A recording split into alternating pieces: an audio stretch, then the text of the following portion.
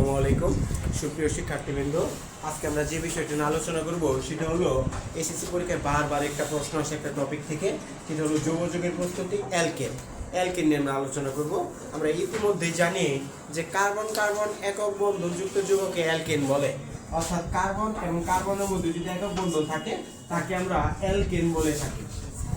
Alkane, এই অ্যালকেনের কার্যকরীমূলকের একটা সংকেত আছে, সেটা হলো CnH2n + 2, অর্থাৎ CnH2n + 2 কার্যকরীমূলক সংকেত বিশিষ্ট যৌগগুলা অ্যালকেন নামে পরিচিত।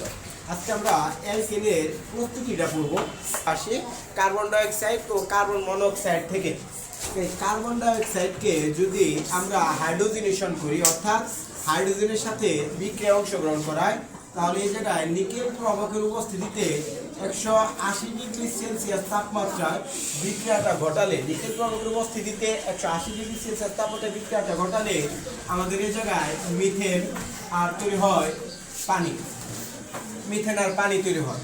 এখন এই জায়গায় কার্বন ছিল একটা, কার্বন মনোক্সাইডের সাথে হাইড্রোজেনেশন করলে নিকেল প্রবাহকের উপস্থিতিতে 180 ডিগ্রি সেলসিয়াস তাপমাত্রায় উত্তপ্ত করলে আমাদের অ্যালকেন তৈরি হয়ে